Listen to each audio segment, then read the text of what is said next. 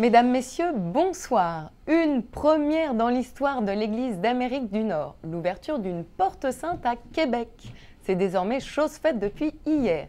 Cette porte sainte est la 7e dans le monde et la première en dehors de l'Europe. Un privilège exceptionnel accordé par le Saint-Siège. Elle marque ainsi le 350e anniversaire de la paroisse Notre-Dame de Québec, la mère de toutes les paroisses en Amérique du Nord. Une année jubilaire a commencé avec l'ouverture de cette porte sainte en la solennité de l'Immaculée Conception. La cérémonie d'ouverture a été présidée par Monseigneur Gérald Cyprien Lacroix, archevêque de Québec et primat du Canada. Après l'aspersion complète de la porte d'eau bénite puis sa bénédiction, les vêpres solennelles ont été chantées. Retour sur cette cérémonie avec notre envoyé spécial Charles Bourgeois. C'est un événement de foi et d'histoire qui s'est vécu ce dimanche soir à Notre-Dame de Québec. La première paroisse nord-américaine a ouvert sa porte sainte, un événement exceptionnel. Une dizaine d'évêques canadiens étaient présents, de nombreuses autorités civiles ont fait le déplacement et beaucoup de fidèles étaient également présents pour l'inauguration de cette année jubilaire. Dans son allocution, l'archevêque de la ville, Monseigneur Lacroix, a expliqué que le jubilé est une fête, une mission qui ouvre notre horizon à l'humanité entière. Franchir cette porte, a-t-il souligné, est un signe de repentir, d'engagement et d'espérance. Lors de la célébration également, les reliques des saints, des martyrs du Canada et des bienheureux aussi du Canada ont été exposées sur l'autel à côté de la porte sainte. Cette porte sainte restera ouverte pendant 1 an et à ceux qui la franchissent, une indulgence plénière est accordée. Une porte sainte dont le passage entraîne le passé, le présent et l'avenir, a expliqué Monseigneur Lacroix. De nombreux fidèles, de nombreux ecclésiastiques étaient présents pour marquer cet événement et franchir la porte sainte. Action de foi, grande joie, émotion, que représente pour eux l'ouverture d'une porte sainte? Écoutons leur réaction.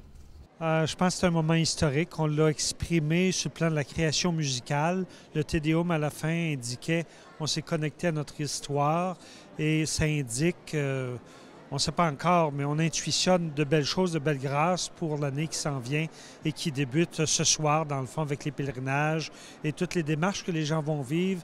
Peut-être une manière de se restituer dans leur relation avec le Seigneur. Désormais, la porte est ouverte. Quelle est la symbolique de cette porte ouverte à Québec? Alors, la porte ouverte, c'est une porte ouverte pour toute personne de bonne volonté, peu importe la foi, peu importe la religion, peu importe leur tenue vestimentaire. On les accueille tous dans la mesure où ils veulent vivre une démarche pour eux-mêmes. Bien, le passage, c'est un chemin, c'est une route, hein, c'est passer la vie avec Dieu. Puis moi, bien, c'est comme des forces que je vais chercher en franchissant cette porte-là pour continuer à porter l'amour dans le monde. Pas un amour déconnecté, mais la bonté, la joie de Dieu partout où je vais passer. C'est vraiment des pas là, qui viennent me donner de la force et beaucoup de joie.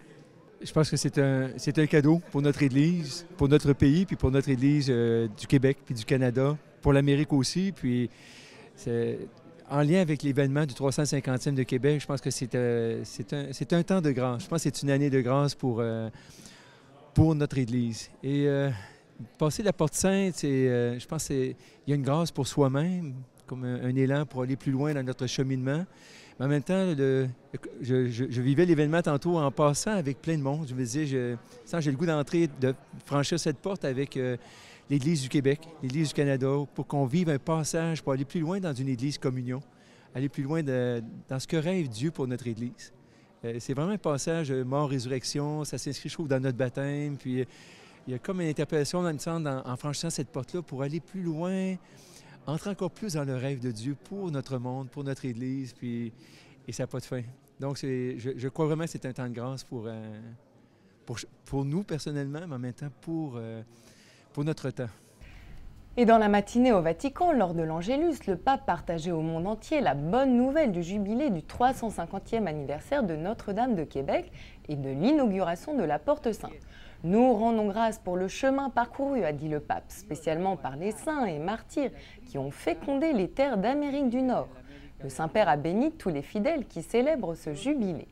Très touché par les mots du Saint-Père, l'archevêque de Québec, Gérald Cyprien Lacroix, répondait qu'une telle déclaration du pape François commençait bien un jubilé. Lors de l'Angélus, le pape est revenu sur la fête de l'Immaculée Conception, sur la signification de cette fête et sur le dessein de Dieu pour Marie. Il nous donne Marie comme modèle, elle qui nous enseigne comment vivre ce temps de l'Avent dans l'attente du Seigneur. Écoutons un résumé. Nous aussi, de toute éternité, nous avons été choisis par Dieu pour vivre une vie sainte, libérée du péché. Voilà ce qu'a dit le pape François aux fidèles rassemblés place Saint-Pierre pour l'Angélus en la solennité de l'Immaculée Conception de la Bienheureuse Vierge Marie. En ce jour, l'Église contemple celle qui est pleine de grâce, qui nous soutient sur notre chemin vers Noël parce qu'elle nous apprend comment vivre dans l'attente du Seigneur qui vient pour chacun de nous. Ce chemin n'a certainement pas été facile pour la jeune fille de Nazareth, mais elle ne s'est jamais éloignée de l'amour. Toute sa vie a été un oui à Dieu, a expliqué François. Et le mystère de cette jeune fille qui est dans le cœur de Dieu ne nous est pas étranger. En fait, Dieu pose son regard d'amour sur chaque homme et chaque femme. D'où l'invitation reprise par le pape à contempler notre Mère Immaculée, reconnaissant ainsi notre destinée véritable, être transformée par l'amour et nous préparant à accueillir la douce étreinte de Jésus qui nous donne la vie, l'espérance et la paix. Et pour finir, direction Place d'Espagne, au cœur de Rome, où comme le veut la tradition, le pape s'est rendu au pied de la colonne surmontée d'une statue de la Vierge. À l'occasion de la fête de l'Immaculée Conception, le pape François a récité une prière à Marie et a salué une délégation de 50 handicapés et leurs familles originaires de Sardaigne. C'est la fin de cette édition, merci de l'avoir suivi. Bon début de jubilé, bonne soirée à tous, à demain.